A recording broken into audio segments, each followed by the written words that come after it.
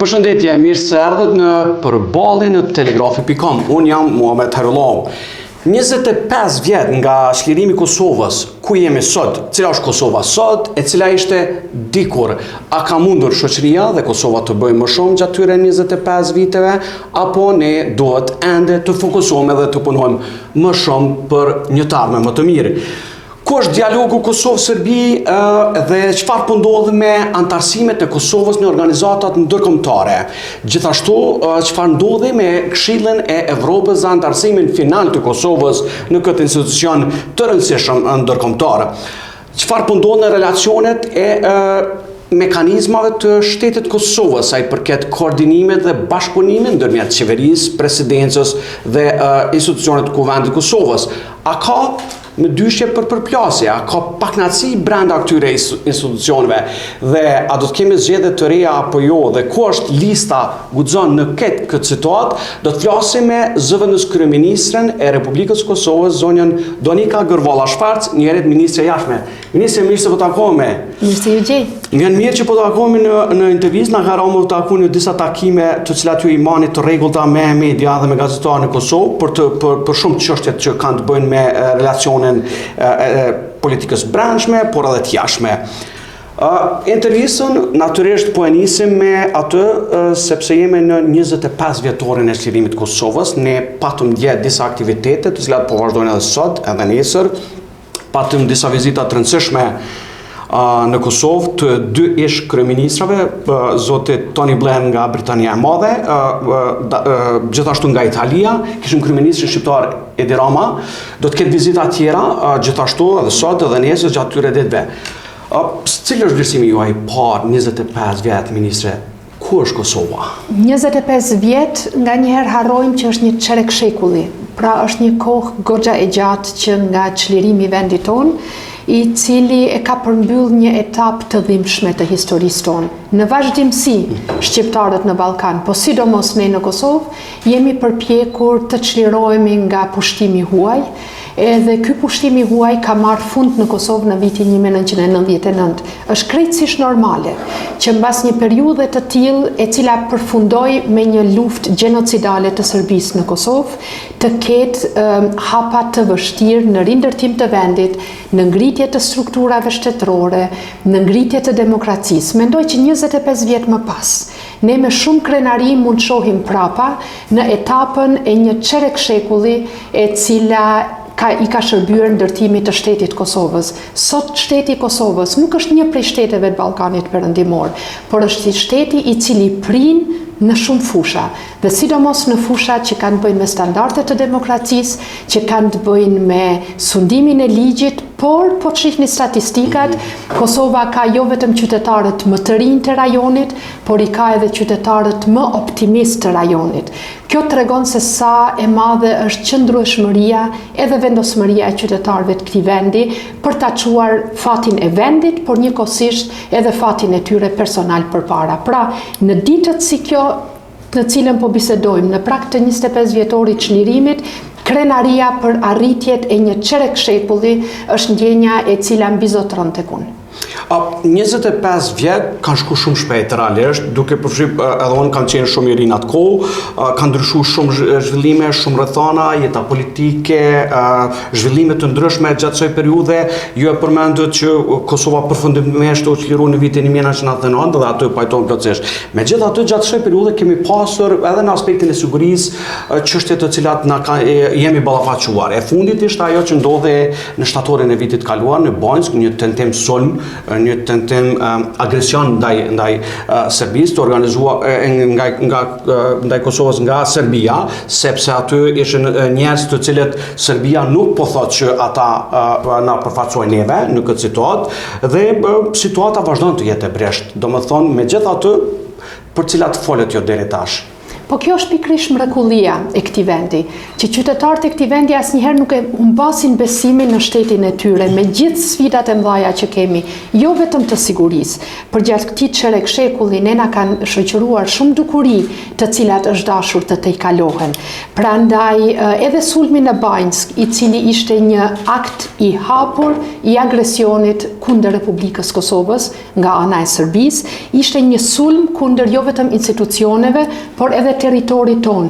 Megjithatë, të qenit populli më optimist në rajonin e Ballkanit tregon që qytetarët tanë janë të ndërgjegjshëm për sfidat që kemi, por asnjëherë nuk heqin dorë nga synimi i tyre për të jetuar në një shtet të qytetarëve të vet, një shtet të përparuar ku duan ta ndërtojnë të ardhmen e tyre bashkë me familjet e tyre.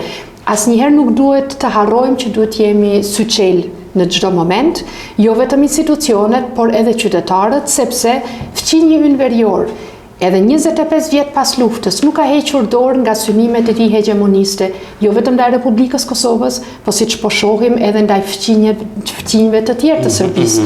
Prandaj, ndërkohë që ne ndërtojmë vendin tonë, ndërkohë që forcojmë strukturat, asnjëherë nuk duhet harrojmë që ballafaqimi me Serbinë është i përditshëm dhe duhet gjejmë mënyrat tona se si ta luftojmë këtë ballafaqim të përditshëm në fushën e sigurisë. Dhe ky ballafaqim do të vazhdojë edhe pas kësaj situate, sepse ju e dini që Serbia dhe tash së fundi, së bashku me ato që njihet si Republika Serbe brenda Bosnjës dhe Hercegovinës, mbajton një jugvend gjithë serb, ashtu të paktën ajo bota serbe, për cilën nuk pam dorën zemër shumë reagime, as ndërkombëtare, apo si duket Bashkimi Evropian është zënë me këto ditë me zgjedhjet e veta brenda.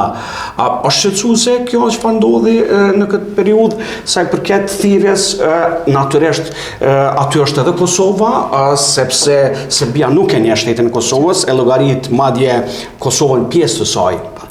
Po nuk është habi, për mua nuk është rastësi që Serbia gjëra të tilla organizon pikërisht atëherë kur konsideron që politika ndërkombëtare është e zënë me tema të tjera. Prandaj, ndërkohë që zhvilloheshin zgjedhjet për Parlamentin Evropian në të gjithë BE-n, natyrisht që Serbia ndërmori një hap më tej për të demonstruar, sepse ata nuk po i fshehin synimet e tyre hegemoniste. Nëse në vitet 2015-2016 kanë qenë pak më të kujdesshëm, të paktën në gjuhën që ka zgjedhur, tashmë, mbas luftës që ka filluar Rusia kundër Ukrainës, Serbia nuk e zgjedh më gjuhën, shumë hapur e shpërfaq synimet e saj, me shpresën që bota demokratike e zënë me luftra, e zënë me tema të tjera, nuk do të jetë në gjendje të përgjigjet në mënyrën e duhur Serbisë. Dhe fakt është që pas sulmit të Banjskës, përgjigja e bashkësisë ndërkombëtare, përgjigja e partnerëve më të rëndësishëm të Kosovës, nuk ka qenë, të paktën ashtu e shohim ne, nuk ka qenë ajo e duhura, gjë që jo vetëm që nuk e ndëshkon Serbinë për atë çfarë ka bërë, por në sytë tanë e rrit rrezikun e përsëritjes së akteve të tilla ose të akteve të ngjashme me atë çfarë ka ndodhur në Banjsk. Për të përmbyllur të kjo pjesa e shkrimit 25 vjet pas, unë e përmenda në fillim, dje në Kosovë kishim vizita shumë të rëndësishme, ish kryeministri Tony Blair, madje tha nuk pendohem fare për atë se çfarë ne kemi bërë në vitin 1999, kishim ish kryeministrin e Italisë, kishim kryeministrin Edi Rama, por edhe sot kemi ish sekretarin e NATO-s George Robertson dhe vizita tjera në Kosovë. Ajo që shumë diskutu gjatë këtyre përveç aspekteve të deklarative, mos takimi i zotit Edi Rama, kryeministrit të Kosovës me kryeministrin e Kosovës dhe Shqipërisë. Pse nuk ndodhi kjo? Një fjali rreth 1999-s edhe fjalisë që tha Tony Blair rreth pendohet apo jo, për atë çfarë ka bërë për çlirimin e Kosovës, unë mendoj që 1999-ta, sa ka qenë e rëndësishme për Kosovën dhe për popullin e saj, kaq ka qenë e rëndësishme edhe për vetëdijsimin e shumë shteteve evropiane që siguria në Evropë nuk është e vetëkuptueshme dhe që nëse shtetet e fuqishme demokratike nuk angazhohen për të ndihmuar popujt që ballafaqohen me një sundues apo me një sulmues më të madh se ata, atëherë siguria në të gjithë kontinentin ton është në pikë pyetje dhe jo vetëm në shtetet veç. Ky ka qenë mësimi që kanë marrë të gjitha shtetet, të gjitha shoqëritë e vendeve perëndimore në Bashkimin Evropian dhe përtej tij. Ndërsa sa i përket vizitës së kryeministrit Rama në Kosovë, ne gjithnjë jemi të lumtur kur përfaqësues të lartë nga Shqipëria, unë besoj që edhe presidenti Begaj do të na bashkëngjitet nesër në festimet që do të kemi me rastin e 25 vjetorit të çlirimit. Unë kryeministrin Rama dje kam dalë kam marrë në aeroport së bashku me ish kryeministrin Dalema. Kemi takime të shumta qoftë në Kosovë, qoftë në Tiranë. Jo, e vërtet. Po kryeministri Albin Kurti nuk e takoi. Tash unë po ju ves si zëvendës kryeministre, pse nuk ndodhi këtë takim? Ne po një reagim qeverisë Kosovës pas kësaj, patëm edhe disa thumba nga zoti Edi Rama dje. Vazhdon kjo mos koordinimi i mjaftueshëm edhe me zotit Kurti dhe zotit Rama. Unë e di që nuk keni zëdhënëse personale zotit Kurti, po si zëvendës kryeministre, a ka problem në relacionet Kosovë-Shqipëri, zona Gërvalla?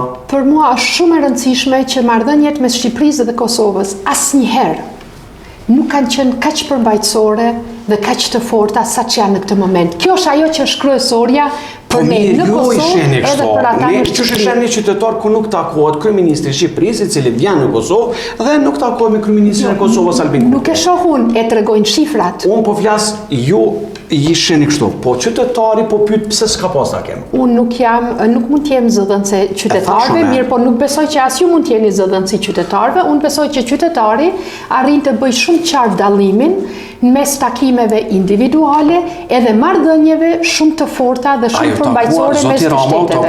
Po takua me presidentin dhe përfaqësuesen më të lartë të Republikës Kosovës.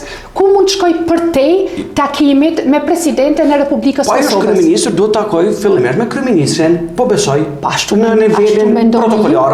Ashtu mendoni ju, mirë po në aspektin protokollar, unë mendoj që Republika e Kosovës asnjëherë nuk bën mirë që imponoj mysafirëve të saj, të cilët i presim me shumë miqësi dhe shumë dashamirësi, ne nuk ju imponojmë mysafirëve tanë cila takime ata do t'i zhvillojmë. Këtë nuk e bëjmë as me Shqipërinë, as me Gjermaninë, as me Shtetet e Bashkuara, as me Belgjikën, as me Francën. Prandaj, pra jo imponim, por të kishte kërkesë nga dy palët, a do të kishte takim? Po shikoni, pse duhet të problematizojmë gjëra që nuk janë probleme? Jo, është shumë që të rëndësishme.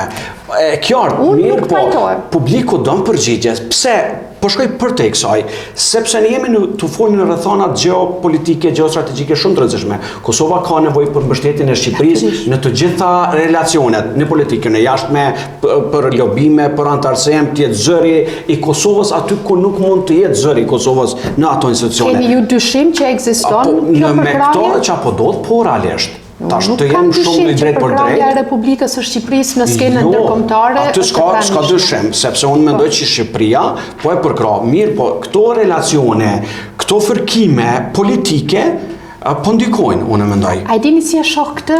E shoh një fargare mes lajmeve roz dhe atyre politike dhe në vënien e një ngjyrimi roz tek takimet politike. Këtë e vëre edhe në një temë më vonë që do ta diskutojmë në kuadër të këtij emisioni. Unë mendoj që vëmendja në procese politike, unë mendoj që vëmendja në komunikimet politike asnjëherë nuk duhet të shpërqendrohet nga substanca, nga thelbi i marrëdhënieve politike.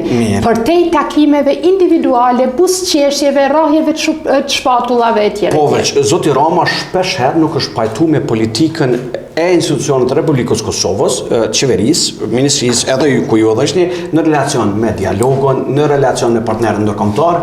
I ka thonë zyrtarisht, i ka thonë edhe dje, i ka thonë edhe dje te LDK-ja, në kujtim të zotit Ibrahim Rugova, i tha dhe atë. Më falni, po kryeministri Rama nuk ka nevojë të pajtohet me mënyrën që zgjedhim ne për të zgjidhur problemin me fqinjen tonë. Duhet pajtohet qytetari i Republikës Kosovës i cili na i ka dhënë votën për ta zgjidhur edhe problemin me fqinjen tonë. Se ku pajtohet apo nuk pajtohet kryeministri i Shqipërisë Edi Rama me veprimet e qeverisë Republikës Kosovës, ato mund të jenë objekt bisede, por asnjëherë nuk mund të jenë vendimtare, sepse votuesi, qytetari i Republikës e voton qeverinë e tij dhe i ka kërkesat e tij ndaj qeverisë. Dhe qeveria e Republikës Kosovës ka detyrimin jo vetëm ndaj votës dhënë, po ndaj vullnetit qytetar që të përmbush pritjet e qytetarëve të saj. Për ndryshe, demokracia kthehet në një fjalë goje. Pra, demokracia është sundimi i sovranit dhe jo sundimi i mendimeve, opinioneve që shkojnë përtej kësaj. Megjithatë, ne jo vetëm me kryeministrin Rama, por me të gjithë ata që tregojnë skeptik për një hap apo një hap tjetër të caktuar që ndërmarrin institucionet e Kosovës, ne natyrisht që gjithmonë jemi të hapur për të biseduar dhe vazhdimisht jemi të hapur për të diskutuar. Për me përmbyllur, pra nuk ka inate personale çto. Po ku di una ka inate personale? Reflektojnë çto inate personale në relacionet Kosovës Shqipëri. Unë nuk kam vënë re inate të tilla. Ministra, shumë pyetje legjitime. Nuk është pyetje rozë për klika, është pyetje legjitime. A flet kryeministri i Kosovës Albin Kurti me kryeministrin e Shqipërisë Rama, në relacionet e temave të mëdha, zyrtarisht mund të flasin. Po, a i keni parë që gjatë kësaj kohë që ju i shpërfaqni në murë si jo ekzistente marrëdhëniet mes tyre, ata takohen vazhdimisht edhe bisedojnë për tema caktuara.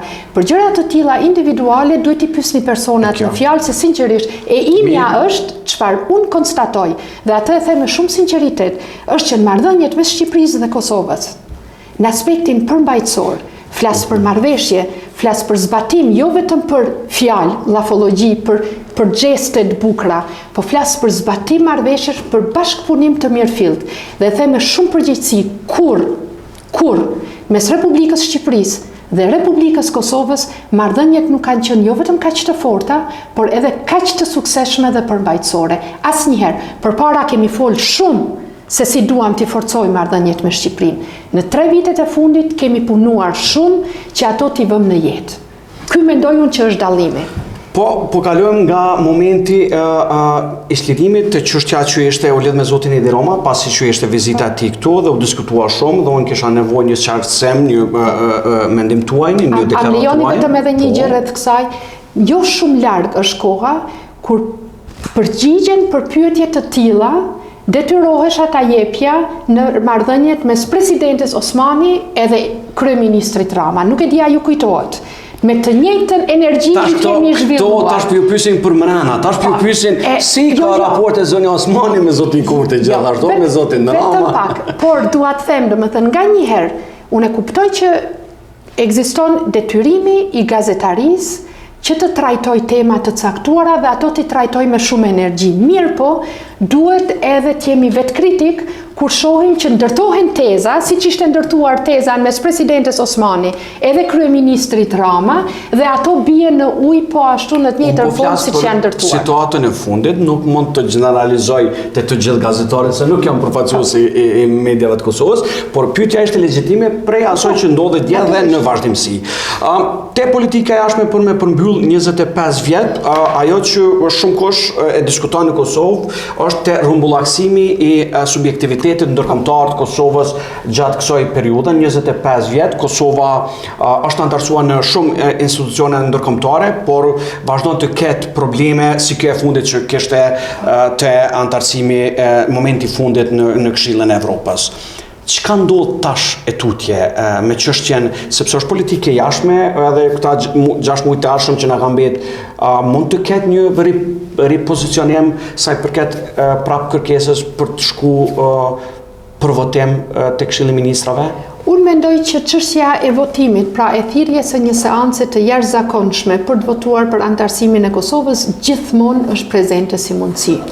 Në planin fillestar që kemi bërë kur kemi aplikuar për Këshillin e Evropës, plani ynë, domethënë ne kemi konsideruar të realizuar planin nëse gjatë vitit parë arrim ta çojmë kërkesën nga Këshilli Ministror në asamblen parlamentare, gjë që në maj kemi aplikuar 2022, në prill të vitit 2023 kërkesa ka shkuar nga Këshilli Ministror tek asambleja parlamentare. Gjithnjë sipas objektivit që kemi vënë vetvetes momentit që kemi dorëzuar kërkesën. Edhe ai është i dokumentuar në planin kombëtar për zhvillim. Vitin e dytë, objektivi ynë ka qenë që të krijojmë përkrahje të madhe për kërkesën tonë brenda asamblesë parlamentare. Gjë që është përmbyllur në këtë vit, në prill të këtij viti, me një sukses të jashtëzakonshëm, me 82% të votave në favor të antarësimit të Kosovës. Ideale do të kishte qenë, nëse pikrisht në vitin e 25 vjetorit të çlirimit Kosovës, Kosova t'ishte antarësuar me njëherë si antare e plot e Këshillit të Evropës. Nuk dua ta mohoj që kjo do të kishte qenë fantastike komplet.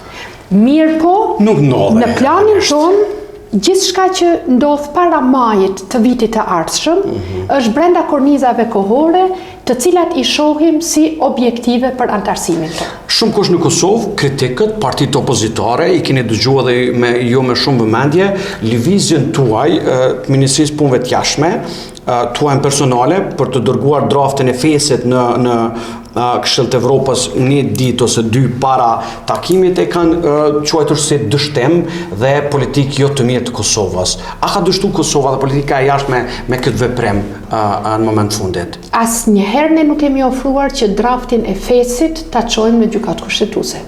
Letra ime përmban një ofertë që bazuar në atë që anglisht quhet spirit of, pra bazuar në disa prej parimeve të cilat përmenden në draftin e fesit, Republika e Kosovës të hartojë një draft autentik të saj. Ajo ka qenë oferta jonë deri në fund të muajit maj. Asnjëherë nuk është biseduar për dërgimin, as nuk është diskutuar e lëre më vendosur. Po, sepse nuk mund të shkojë drafti në kushtetues. Jo vetëm drafti, por nuk është diskutuar asnjëherë që ky do. Ajo mund të jetë, si të thuash, në sensin e asaj çka ka propozuar Friedrich Ebert Stiftung, pra Fondacioni Friedrich Ebert, të jetë edhe drafti të cilin do ta shkruajmë ne. Po kjo nuk do të thotë që do të jetë identik, bile as që do të jetë i përafërt me draftin që ka hartuar Fondacioni Friedrich Ebert. Ajo çfarë dhe unë asnjëherë nuk dërgoj letrat mia personale, sepse letrat personale unë i dërgoj miqve të mi. Unë e nis si Ministre e Punëve të Jashtme e Republikës Kosovës brenda kompetencave të parapara me ligj. Unë kam dërguar një ofertë për t'ja u lehtësuar disa prej partnerëve tanë të cilët kanë simpatizuar goxha me një ide të tillë. Mirë. Por, paraprakisht kishte një letër nga kancelari Gjerman Scholz, nga presidenti i Francës Macron dhe kryeministja Italisë Meloni. Aty kanë qenë të qarta synimet e Kosovës dhe kërkesa ndaj Kosovës. Jo, ajo letër lidhej me një ofertë të cilën kryeministri Kurti e ka bërë gjatë vizitës së tij në Berlin 2 javë para letrës të cilën e kam dërguar unë Këshillit të Evropës. Pra, aty kryeministri gjatë vizitës në Berlin dhe pasi është kthyer nga vizita, pas bisedave që ka pasur, i ka nisur një letër Scholzit, Macronit edhe Melonit, në të cilën ofron një zgjidhje të cilën ne e kemi menduar që mund të pranohet më lehtë nga ana e tyre. Pra, siç e shiqni, ne nuk kemi ndënjur duar kryq, po jemi përpjekur të hapim dyrë të ndryshme dhe të hapim shtigje të ndryshme. Asnjëherë në politikën e jashtme ti nuk ke garanci, sepse po t'ishte që të nevojitet garanci e plot, ishte krijuar përshtypja që mund të ketë lëvizje para ministre. Domethënë ishte edhe përshtypja ka ardhur nga njerëzit e pushtetit, nga deputetët, nga ministrat, nga qeveria, nga të gjithë, domethënë. Siç ka edhe tani përshtypje që mund të ecet përpara. Pa dërgu diçka në gjykatë kushtetuese, absolutisht jo, edhe jo edhe ne. Ne duhet bëjmë ndarjen e saktë mes asaj çka ka ndodhur në Bruksel me pakon, pra marrëveshjen bazike, marrëveshjen në Ohër edhe draftin që na ka sjell Lajçaku. Në fakt jo vetëm Lajçaku, kanë qenë edhe disa emisarë të tjerë, po aty tani ja kanë vënë etiketën drafti Lajçakut. Kjo është njëra çështje. Aty ne nuk mund të lëvizim asgjë sepse nuk lëviz Serbia dhe kjo është në kuadër të dialogut. Ne si shtet i përgjegjshëm jemi të detyruar nëse partnerët tanë vazhdimisht përsërisin kërkesa të ngjashme. Atë ne nuk mund të rrim të presim Serbinë. Ne duhet të gjejmë një rrugë se si mund të lëvizim për të cënuar interesat e vendit tonë dhe as për të ignoruar tërësisht kërkesat e Këto bashkëshortës. nuk gjetëm gjut përbashkët, kërkesat ishin specifike, nga të gjithë ambasadorët që edhe ne si gazetar kishim ata tonen edhe juve ju kanë thënë që Kosova i den kërkesat edhe i ka specifike. Domethënë deri në ditën e fundit thosë asgjë nuk ndodhi nga ana institucione. Pastaj erdhi ky propozimi i juaj, propozimi juaj i cili nxiti reagim të jashtëzakonshëm nga presidenca, nga zonja Vjosa Osmani, nga presidenca e Kosovës. Dhe pastaj gjithashtu ky mos koordinim vazhdoi tutje me deklarata zyrtare nga zonja Osmani, edhe ku përfshi edhe çështja e kryetarit të kuvendit zotit Glau Konjufca. Sot, si ish bashkëpartiake me zonjën Osmani, unë ju pardje në Prizren, Edhe posh një video në të cilin kishte ca buzëqeshje me zotit Kurti dhe zonjës Osmani, por unë kam informata dhe në muj me kuptu që nuk është situata në më të mirën e mundshme. Sot, a ka komunikim zyrtar të mirë mes juve treve? Ata trajtojmë roz apo të trajtojmë politikisht? Seriozisht. Okej, atëherë të kalojmë tek pjesa serioze, tek pjesa politike. Institucionet e Republikës Kosovës janë më të koordinuara se kur ndonjëherë në hapat e rëndësishëm që ndërmarrin. Kjo nuk do të thotë që ne që në fillim për rrugën që ndjekim në një drejtim caktuar jemi që të gjithë automatikisht të një mendimi. Përkundrazi, ky koordinim është kaq i fuqishëm, sepse lejon edhe mendim ndryshe, lejon edhe debat, lejon edhe mos pajtim, edhe lejon edhe situata. E kemi zënë në befasi presidentën. Si duket e kemi zënë në befasi. Si duket e kemi zënë në befasi, sepse kanë qenë gjëra të cilat... Adena, s'ka mujtë mu informua jo? Po si duket nuk është informu. Edhe? A o dash mu informu? Po të kishin qenë rrethanat normale dhe të mos kishte qenë shpejtësia e jashtëzakonshme dhe spontaniteti i një veprimi të tillë, atëherë me siguri që do ishte informuar sepse nuk ka asnjë arsye për të mos e informuar. Ajo duhet të jetë për shkak edhe të Kushtetutës së Republikës Kosovës, e cila e ngarkon. Nuk pajtohem me ju. Mirë. Unë po flas tash në 3 pozitat institucionale. Edhe për shkak të pozitës së presidentës me Kushtetutë të Republikës Kosovës për tema të mëdha nacionale, edhe me që kanë të bëjnë me politikën e jashtme, zonja Osmani do të duhet të ishte informuar. Gjë që nuk ka ndodhur, ajo është befasu si duke nga letra që e ka thonë zyrtaresht. E dini si mendoj unë mendoj që përparësia e këtij mandati, e kësaj elite politike, ka qenë që ne në koordinimin ton kemi shkuar shumë përtej kompetencave tona që na i cakton Kushtetuta edhe ligjet. Pra, koordinimin e kemi pasi një ndërmarrje të përbashkët. Po që s'ka ndodhë këtë rast? Po mirë dhe s'ka ndodhë në këtë rast, po ka ndodhë në 170 raste të tjera. A mund të jetë kjo thyrja e parë? A mund të jetë kjo thyrja e parë? Mund të jetë, po ja që nuk është. Mirë. Për fat mirë, ja që nuk është. Unë nuk besoj që nuk është, edhe ju e dini që nuk është bashkë. Po nuk është se ndryshe nuk do ta kisha thënë unë, po ta dija që nuk është. Prandaj unë nuk shquhem për t'i rënë rreth e qartë temave. Po prandaj po ju pyes. E kuptoj. Sot a ka komunikim të mirëfillt si ish bashkëpartiake në listën Guxo, si udhëheqëse e listës Guxo, ju jeni bashkëkryetare në listën Guxo me zotin Peci, ministrin e bujqësisë. A ka komunikim të mirëfillt se përshtypja ishte që më shumë inati është me juve si ministre jashtme e jo me qeverinë edhe jo me Kurtin ose të tjerë. Shikoni, unë kam lexuar dje një titull me cilin kam qesh me lot bashkë me ekipin tim. Dhe paraqitja përsëri në këtë sferën roz. Disa buzëqeshin, nuk është çështje buzëqeshjes, marrëdhënie. Pyetja është shumë serioze sepse kjo reflekton në Kosovë. Unë me shumë përgjegjësi mund t'ju them që institucionet e Republikës Kosovës, këto institucione që i ka zgjedh vota e qytetarit 3 vjet më parë, janë shumë të koordinuara, bashkëpunojnë shumë mes vete, edhe janë shumë të sigurta në rrugën që propozojnë të ndjek Republika e Kosovës. Ju dëgjova me vëmendje. Por, na lejoni që nga njëherë t'i kemi edhe ne debatet tona, nga njëherë kemi të zgjedhim edhe ne që të mos kemi gjithmonë të njëjtin mendim, sepse në politikën e jashtme sidomos kur provon diçka e cila kjo është diçka shumë e madhe, kjo është nuk mundesh. Unë isha edhnu, po nëse dikush kolegët e mi në Telegram do të merrni një shumë të rëndësishme diçka dhe unë po të informuaj nga një media tjetër se çfarë po ndodh në Telegram. Para mendo, unë vetë që bona një krahasim. Ama nuk janë relata të tilla, sepse po të kryej detyrën e tij primare, originale, dikush në kuadër të Telegrafit, aja të e kryen pa ju informuar ju, sepse për atë punë është. Dhe ka disa rrethana në politikën e jashtme dhe në politikat e brendshme, kur është mirë, kur dikush e bën një propozim dhe të tjerët nuk din asgjë për atë propozim. Sepse nga njëherë një propozim duhet edhe tërhequr. Dhe sa më pak njerëz që janë të involvuar në atë propozim të A ka tillë. qenë kjo qëllimi? Po tani unë nuk do flas. mirë, tash unë pyetje po drejt për drejta. Po ju mund të pyeni pyetje. Domethënë ju keni dash me zonë befasi që ajo mos më befasu shumë se do të rrihet brapa. Ju bëni pyetje të drejtë për drejta, po unë jo gjithmonë duhet ju përgjigjem drejt për drejt. Imi është më bë pyetje. Kështu që edhe imja me u përgjigj ose nganjëherë mos me u përgjigj. Ani. Prandaj asgjë, edhe për ta kthyer në rrafshin serioz, nuk shoh asnjë. E shoh më shumë një tendencë për gjetje dhe shpikje të temave në mungesë të skandaleve serioze.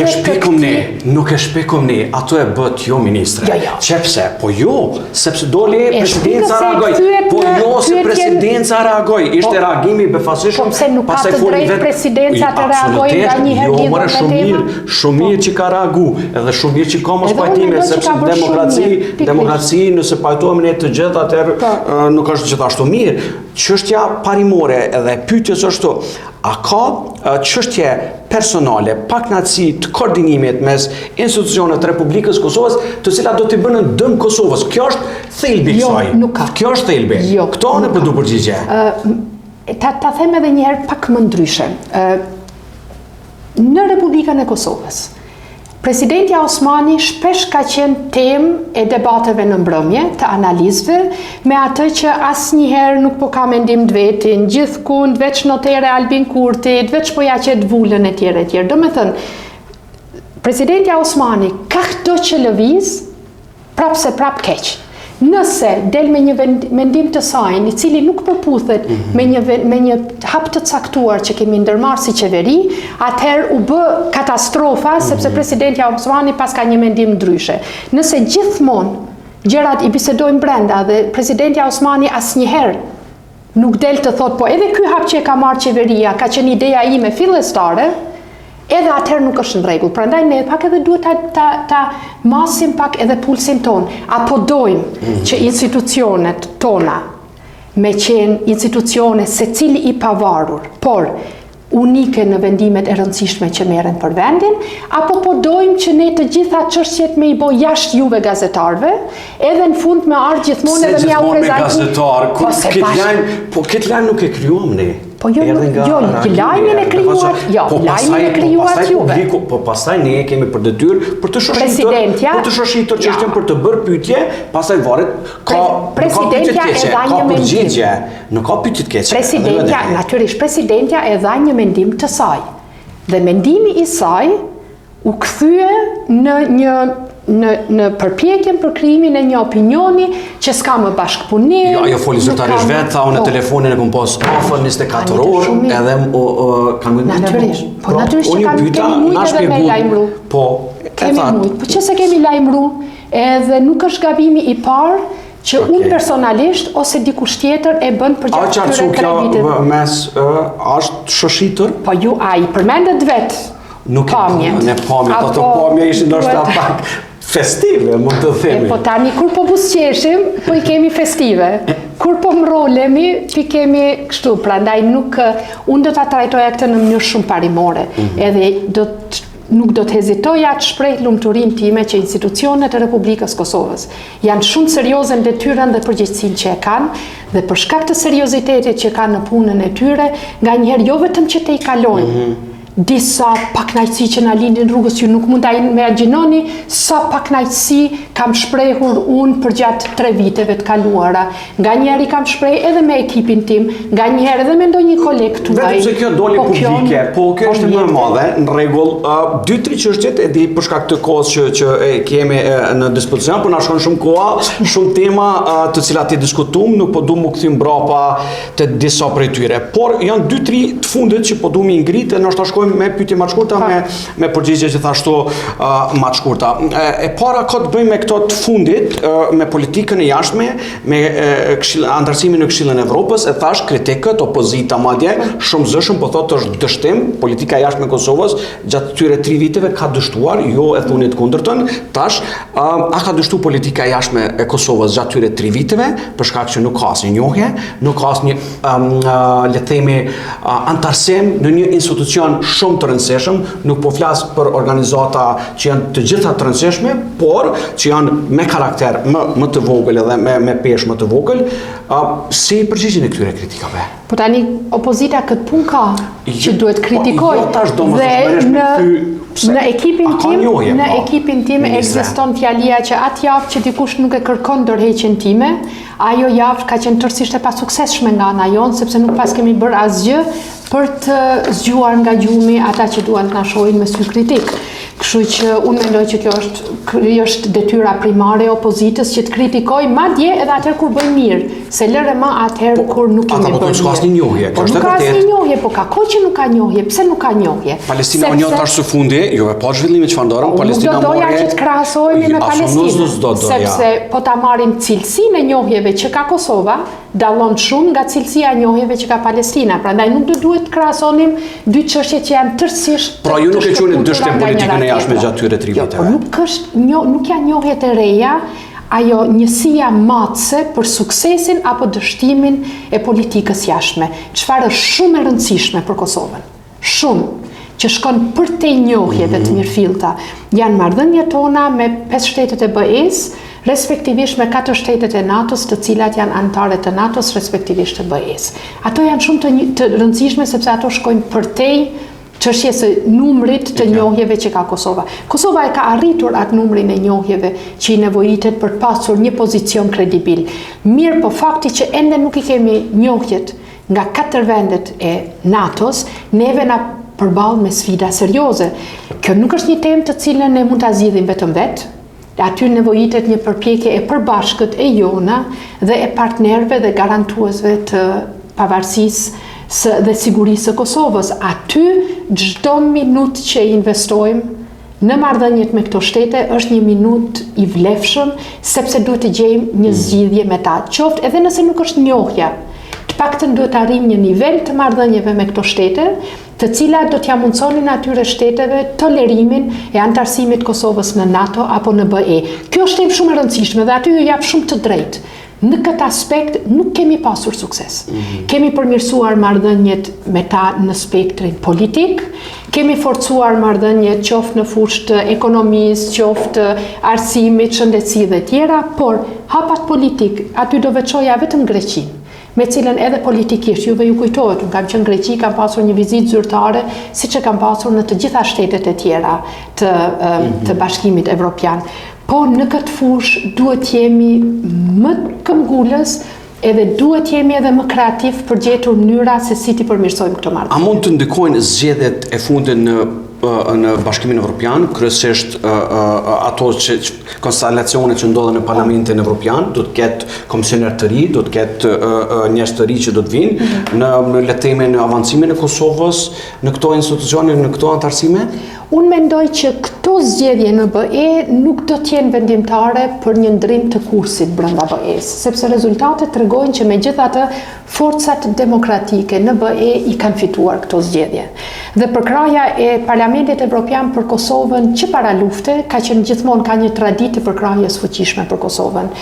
Unë me shqetësim i shoh zgjedhjet nacionale në disa prej shteteve të BE-s. Ju e patë që Franca po shpërndan parlamentin, po hyn në zgjedhje të reja, Gjermania do të ketë zgjedhjet me njëherë pas zgjedhjeve tona vitin e ardhshëm, do të kemi një qeveri të re në Mbretërinë e Bashkuar, etj. Dhe këto janë ato të cilat duhet t'i vlojtojmë me shumë kujdes. Pra, bilaterale.